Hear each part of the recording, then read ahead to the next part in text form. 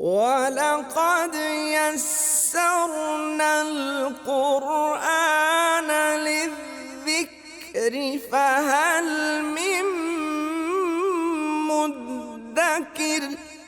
یا قومنا، اے ہماری قوم، دیکھیں اب تقریر چل رہی ہے، اجیبوا داعی اللہ، تم سب جو اللہ کی طرف دعوت دینے والا ہے اس کی دعوت پر لبیک کہہ دو، اجیبو، لبیک کہہ دو، دعوت قبول کر لو، اجیبو داعی اللہ، جو اللہ کی طرف بلانے والا ہے۔ داعی اللہ سے یہاں سے کون مراد ہے؟ نبی اکرم صلی اللہ علیہ وسلم، جو اللہ کی طرف بلانے والا ہے اس کی دعوت کو قبول کر لو، وآمنوا بہ، اور اس پر ایمان لے آؤ،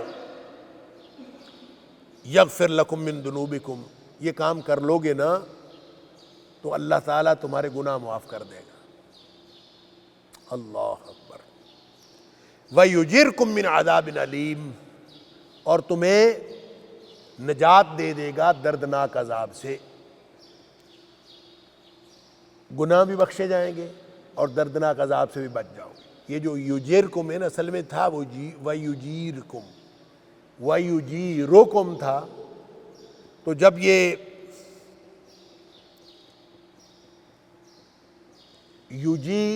یجیر میں یا میں بھی جزم آ گئی اور را پہ بھی جزم آ گئی، دو جزموں کی وجہ سے ایک یا اڑ گیا درمیان میں سے اور رہ گیا یجرکم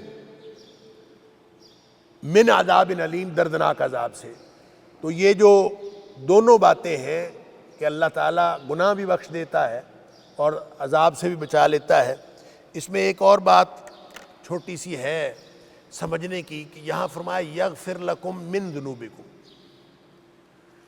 من کا مطلب ہوتا ہے سے، یعنی بعض گناہ معاف کر دے گا، اس کا ترجمہ یوں بنتا ہے کہ بعض گناہ معاف کر دے گا، یغفر لکم بخش دے گا، من ذنوبکم تمہارے کچھ گناہ، بعض گناہ معاف کر دے گا۔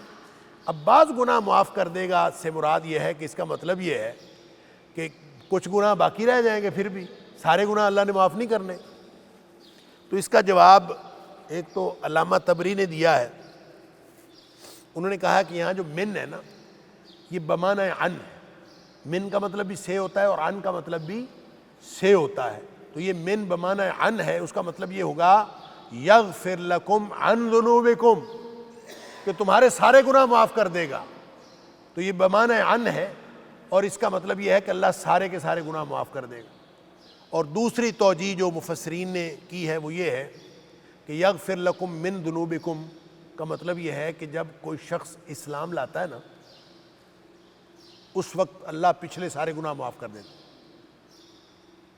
جیسے نبی کریم صلی اللہ علیہ وسلم نے فرمایا تھا، حضرت عمر بن العاص رضی اللہ تعالیٰ عنہ جب اسلام لانے لگے تھے تو انہوں نے جب بیعت کے لیے ہاتھ بڑھایا آگے، تو نبی پاک صلی اللہ علیہ وسلم نے ہاتھ آگے بڑھایا تو حضرت عمر بن العاص رضی اللہ عنہ نے ہاتھ پیچھے کر، نبی پاک صلی اللہ علیہ وسلم نے پوچھا عمر یہ کیا معاملہ؟ تو حضرت عمر بن العاص رضی اللہ تعالیٰ عنہ کہتے ہیں کیونکہ یہ اس سے پہلے اسلام دشمنی کرتے تھے اور بہت سارے گناہ کیے ہوئے تھے، تو کہتے ہیں میرے پچھلے گناہوں کا کیا بنے گا؟ پہلے یہ بتائیں، اب تو میں اسلام لے آؤں گا، تو پچھلے جو گناہ میں کرتا رہا، جو ظلم میں نے کیا، وہ اس کا کیا بنے گا؟ تو نبی اکرم صلی اللہ علیہ وسلم نے فرمایا الاسلام یہدم ما کان قبلہ، اسلام جو ہے جب کوئی شخص اسلام لے آتا ہے تو وہ اسلام کی برکت سے پچھلے سارے گناہ معاف ہو جاتے ہیں، سارے گناہ معاف ہو۔ تو یغفر لکم من ذنوبکم کا مطلب یہ ہے کہ جب کوئی شخص اسلام لایا، یہ جو جن اپنے ساتھی جنوں سے کہہ رہے ہیں کہ جب تم اسلام لے آؤ گے تو پچھلے تو سارے گناہ معاف ہو جائیں گے، باقی جو باقی زندگی ہے اس والے گناہوں کے ذمہ دار تم خود ہو، پچھلے معاف ہو جائیں گے۔ یہ نہیں ہے کہ اسلام لانے کے بعد پھر کوئی شخص گناہ کرتا رہے، پھر گناہ کرتا رہے، تو اس کا مطلب ہے وہ معاف ہو گئے جو پچھلے تھے، بعض گناہ معاف ہو گئے جو بعد میں کیے گئے، اب یہ اس کا انسان خود ذمہ دار ہے، توبہ کرے گا تو معاف ہو جائیں گے، توبہ نہیں کرے گا تو معاف نہیں ہوں گے۔ تو اس لیے یہ فرمایا کہ یغفر لکم من ذنوبکم، کہ پچھلے گناہ معاف ہو جائیں گے، باقی کے جو رہ جائیں گے وہ انسان توبہ کرے گا تو معاف ہو جائیں گے، نہیں کرے گا تو وہ نہیں معاف ہوں گے۔ وَيُجِرْكُم مِّنْ عَذَابٍ أَلِيمٍ، اور تمہیں دردناک عذاب سے نجات دے گا۔ وَمَن لَّا يُجِبْ دَاعِيَ اللَّهِ، اللہ اکبر۔ دیکھیں، ایک انذار ہوتا ہے، ایک تبشیر ہوتی ہے۔ یہ خوشخبری تو انہوں نے سنا دی کہ اگر تم ایمان لے آؤ گے تو اللہ تعالیٰ تمہارے سارے گناہ معاف کر دے گا اور دردناک عذاب سے بچا لے گا۔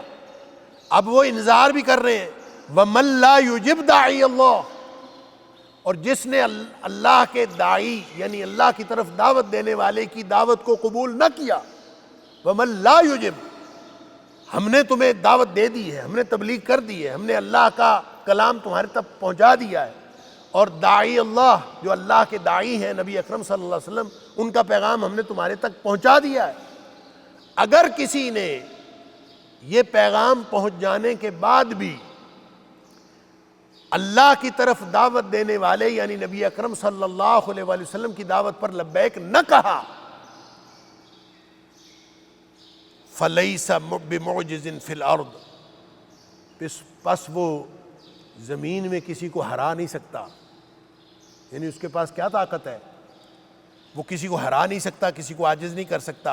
وَلَيْسَ لَهُ مِن دُونِهِ اولیاء، اور نہ ہی اللہ کے علاوہ اس کے پاس کوئی دوست یا کارساز ہوگا۔ اولئک فی ضلال مبین، ایسے لوگ جو ہیں وہ کھلی گمراہی میں ہوں گے۔ گویا دونوں تصویریں دکھا دیں، اگر تم مان جاؤ گے، ایمان لے آؤ گے، گناہ بخشے جائیں گے اور عذاب سے بچ جاؤ گے، اور اگر نہیں مانو گے تو پھر کھلی گمراہی میں ہوگے۔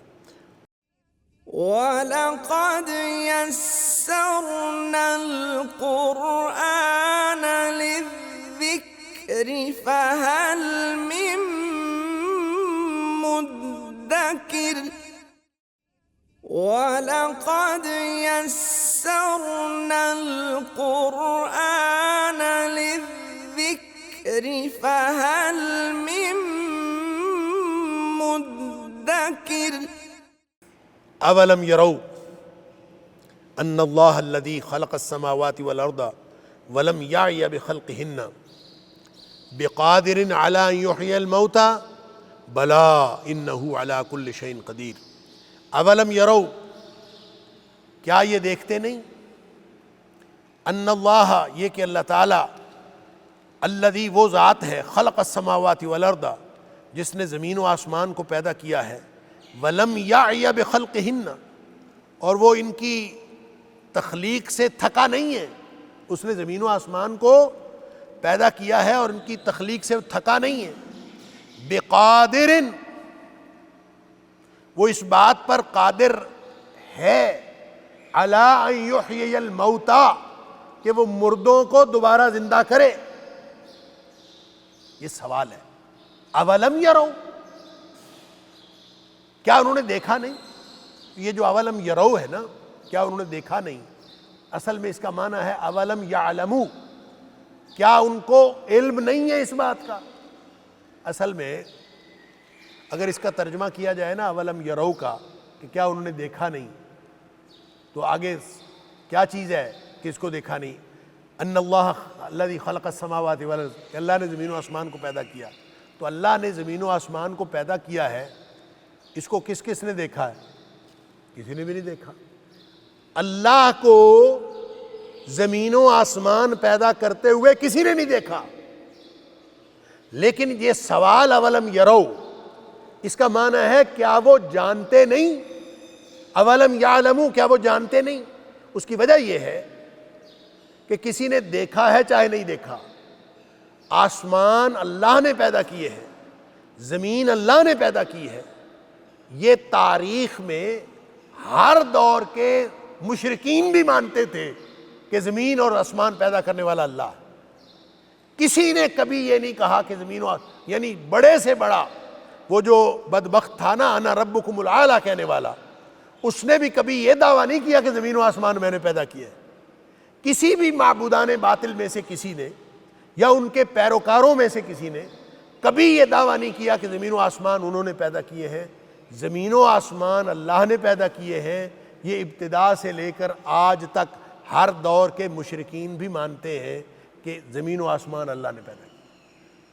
اس لیے اللہ تعالیٰ فرماتا ہے اولم یروا، کیا وہ جانتے نہیں؟ یعنی وہ جانتے ہیں۔ یعنی یہ سوال اصل میں اس حقیقت کا بیان ہے کہ سب جانتے ہیں کہ زمین و آسمان اللہ نے پیدا کیے ہیں۔ جب زمین و آسمان اللہ نے پیدا کیے ہیں تو تمہارا کیا خیال ہے وہ زمین و آسمان پیدا کرنے کے بعد تھک گیا ہے؟ وَلَمْ يَعْيَ بِخَلْقِهِنَّ، اللہ زمین و آسمان پیدا کر کے تھکا نہیں ہے۔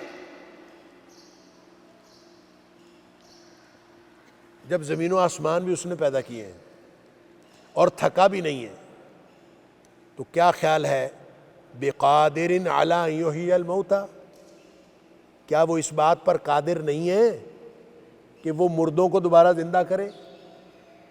بلا، کیوں نہیں، انہو علی کل شیء قدیر، وہ تو ہر چیز پر ہر طرح کی قدرت رکھنے والی ذات۔ تو یہ اللہ تعالیٰ نے یہ جو ایک مغالطہ تھا مشرکین کا آخرت کے بارے میں، تو زمین و آسمان کی تخلیق جس کے بارے میں سارے جانتے تھے اس کو بطور دلیل پیش کیا ہے کہ آخرت کی دلیل، انسانوں کے دوبارہ جی اٹھنے کی دلیل، یعنی کائنات پیدا کرنے کو، زمین و آسمان کی تخلیق کو انسانوں کے دوبارہ پیدا کرنے کی دلیل کے طور پر پیش کیا۔ اور یہ پہلی دفعہ نہیں پیش کیا، قرآن میں مختلف مقامات ہیں جہاں اللہ کریم نے کائنات کی تخلیق کو انسانوں کے دوبارہ جی اٹھنے کی دلیل کے طور پر پیش کیا ہے۔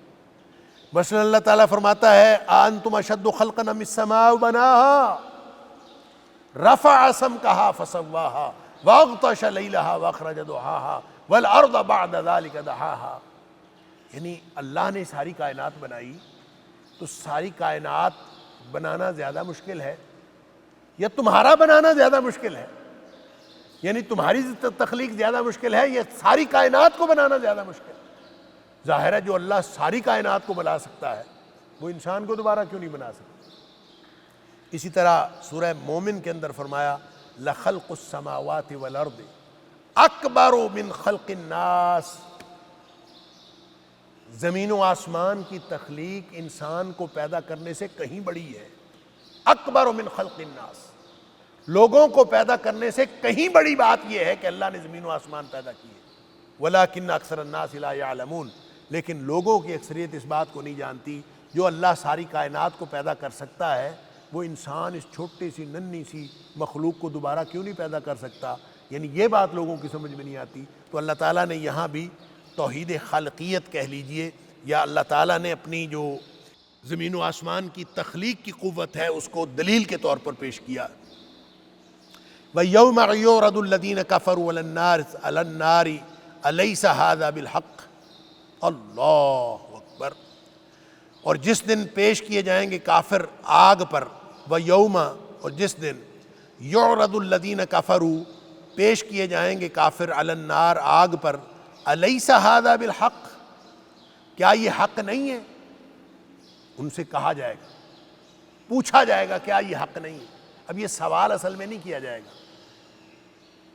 قالوا بلا وربنا، وہ کہیں گے کیوں نہیں، حق ہے، وربنا، قسم ہے ہمارے رب کی، یعنی صرف اقرار ہی نہیں کریں گے کہ حق ہے بلکہ ساتھ قسمیں بھی اٹھائیں گے کہ ہمارے رب کی قسم ہے یہ سچ ہے۔ اللہ قال فذوقوا العذاب بما کنتم تکفرون، اور کہا جائے گا، اللہ کہے گا فذوقوا العذاب، پس چکھو تم عذاب، بما کنتم تکفرون، اس وجہ سے کہ جو تم کفر کرتے تھے اس وجہ سے تم اس عذاب کو چکھو۔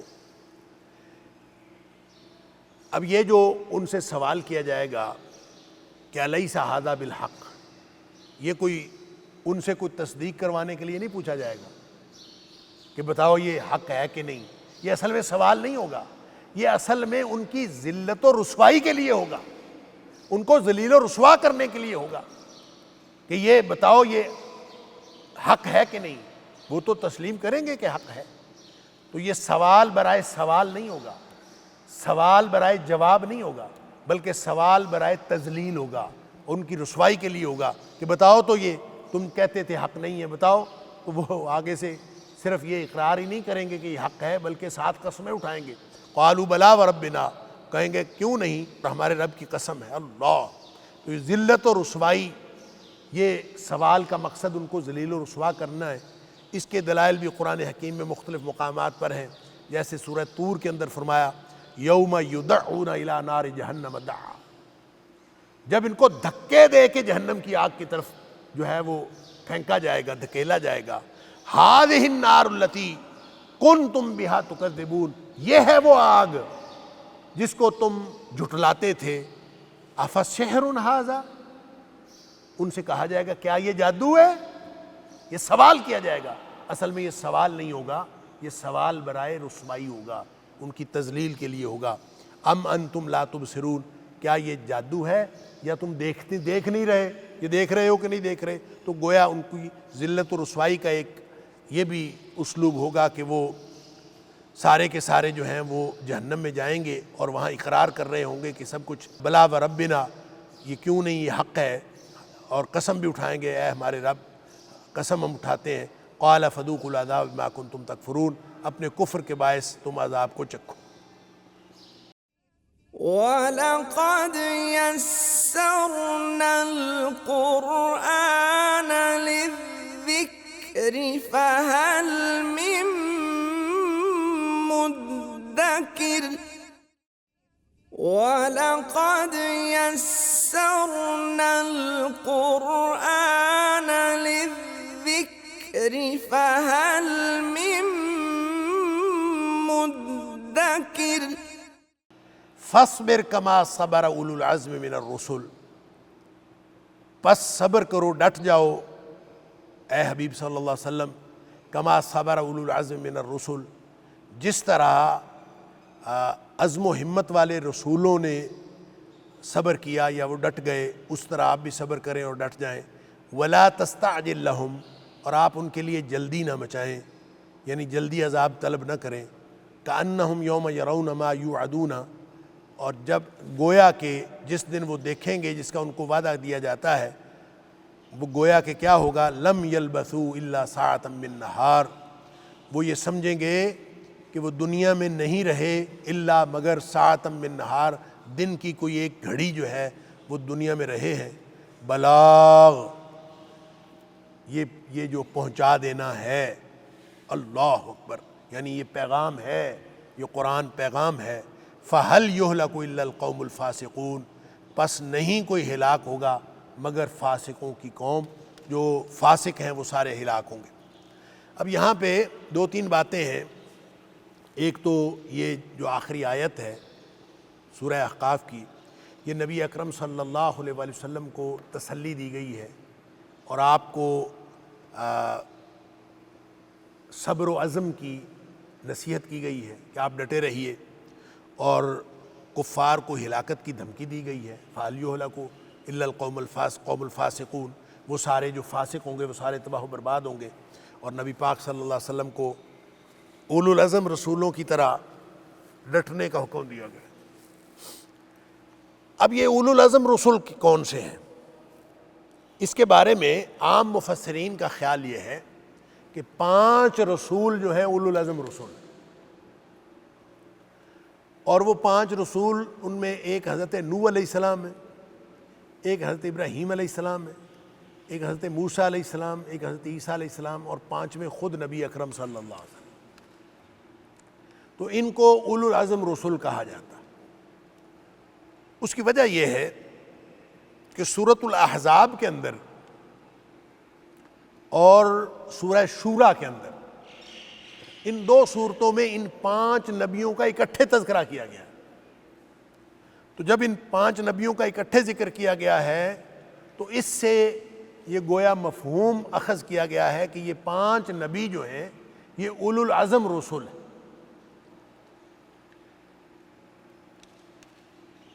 اور یہ عام مفہوم یہی ہے۔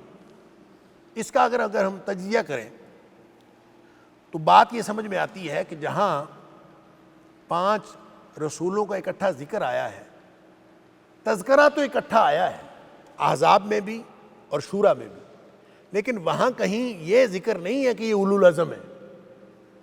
یہ اس طرح کا کوئی وہاں پہ مفہوم نہیں نکلتا کہ اولو العزم رسول صرف یہ ہے۔ لہٰذا جو دیگر مفسرین ہیں انہوں نے یہ کہا کہ سارے نبی اور رسول اولو العزم ہیں، یعنی جتنے رسول آئے ہیں سارے اولو العزم، کیونکہ من الرسل کی بات ہے۔ رسول اور نبیوں کے بارے میں کہا جاتا ہے کہ 1,24,000 یا کچھ آئے، اور جو رسول ہیں وہ 315 ایک حدیث کے مطابق ان کی تعداد 315، تو 315 رسولوں میں سے جو اولو العزم ہیں گویا یہ 5 ہیں۔ یہ اس لیے کہ ان 5 کا تذکرہ اکٹھا ہے، چونکہ وہاں پہ اولو العزمی کی کوئی بات نہیں ہے، کوئی تذکرہ نہیں ہے، اس لیے جو دیگر مفسرین ہیں وہ کہتے ہیں صرف یہ 5 اولو العزم رسول نہیں ہیں بلکہ سارے ہی رسول اولو العزم ہیں۔ تو جب کہا جائے فاصبر کما صبر اولو العزم من الرسل، رسولوں میں سے اولو العزم رسولوں نے جو صبر کیا ہے تو آپ بھی اس طرح سے صبر کریں، تو اس کا مطلب یہ نہیں ہے کہ یہ صرف 5 لوگوں کی بات ہے بلکہ یہ سارے ہی رسولوں کی بات۔ اس کا جواب پھر جو 5 نبیوں کو 5 رسولوں کو اولو العزم قرار دیتے ہیں انہوں نے پھر اس کا جواب یہ دیا ہے کہ سارے رسول جو ہیں وہ تو اولو العزم نہیں ہیں، کیونکہ قرآن نے کم از کم 2 رسولوں کے بارے میں، ایک حضرت آدم علیہ السلام کے بارے میں فرمایا لم نجد لہو عزما فنسیا ولم نجد لہو عزما، کہ یہ بھول گیا، آدم علیہ السلام بھول گئے اور ہم نے ان کو عزم پر نہیں پایا، ڈٹرمینیشن کوئی نہیں تھا۔ خود اللہ نے قرآن میں کہا کہ ان کے اندر ڈٹرمینیشن کوئی نہیں تھا، وہ اولو العزم گویا نہیں تھے۔ اسی طرح حضرت یونس علیہ السلام کے بارے میں فرمایا فلا تکن کصاحب الحوت، مچھلی والے کی طرح نہ بننا، گویا مچھلی والے کی طرح نہیں ہونا۔ آدم علیہ السلام کے اندر عزم کوئی نہیں تھا، تو یہاں اللہ فرماتا ہے فاصبر کما صبر اولو العزم من الرسل، تو اس کا مطلب ہے اولو العزم رسول تو الگ ہے۔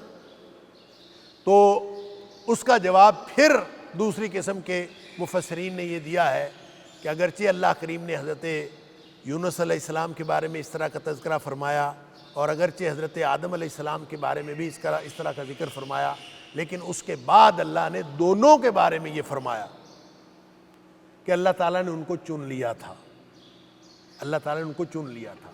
حضرت آدم علیہ السلام کے فرمایا وَاجْتَبَاهُ وَهَدَا، اس کو اللہ نے چن لیا تھا اور ان کو ہدایت دے دی، گویا ان کے اندر اگر کوئی کمی تھی تو اللہ نے دور فرما دی۔ اسی طرح حضرت یونس علیہ السلام کے بارے میں فرمایا کہ اس کو اللہ نے چن لیا تھا، تو اس کا مطلب یہ ہوا کہ وہ جو کمی تھی وہ دور ہو گئی تھی اور یہ اولو العزم رسولوں میں سے ہی تھے۔ یہ ساری بحث میں نے اس لیے کی ہے کہ یہ سمجھ آ جائے کہ اولو العزم من الرسل 5 نبیوں کو قرار دینا ضروری نہیں ہے، اس کے لیے کوئی دلیل بھی نہیں ہے۔ 5 نبیوں کا ذکر اکٹھے آیا ہے اور عام طور پہ معروف یہی ہے کہ یہ 5 اولو العزم رسول ہیں۔ صحیح بات یہ ہے کہ جب رسولوں کی بات ہو تو سارے ہی رسول اولو العزم ہیں۔ آپ 5 کو ان کے ٹاپ آف دا لسٹ کہہ سکتے ہیں کہ اللہ تعالیٰ نے خود کہا تلک الرسل فضلنا بعضهم علی بعض، بعض رسولوں کو اللہ نے بعض کے اوپر فضیلت دی ہے، تو فضیلت کے اعتبار سے آپ کہہ سکتے ہیں کہ یہ 5 جو ہیں یہ فضیلت والے ہیں، لیکن یہ نہیں کہہ سکتے کہ باقی رسول جو ہیں وہ سارے کے سارے اولو العزم نہیں ہیں۔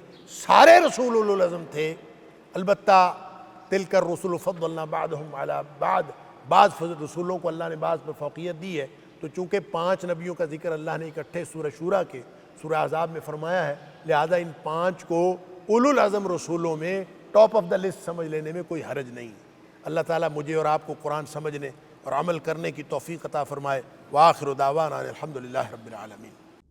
إن هذا القرآن يهدي للتي هي أقوم ويبشر المؤمنين الذين يعملون الصالحات أن لهم أجرا كبيرا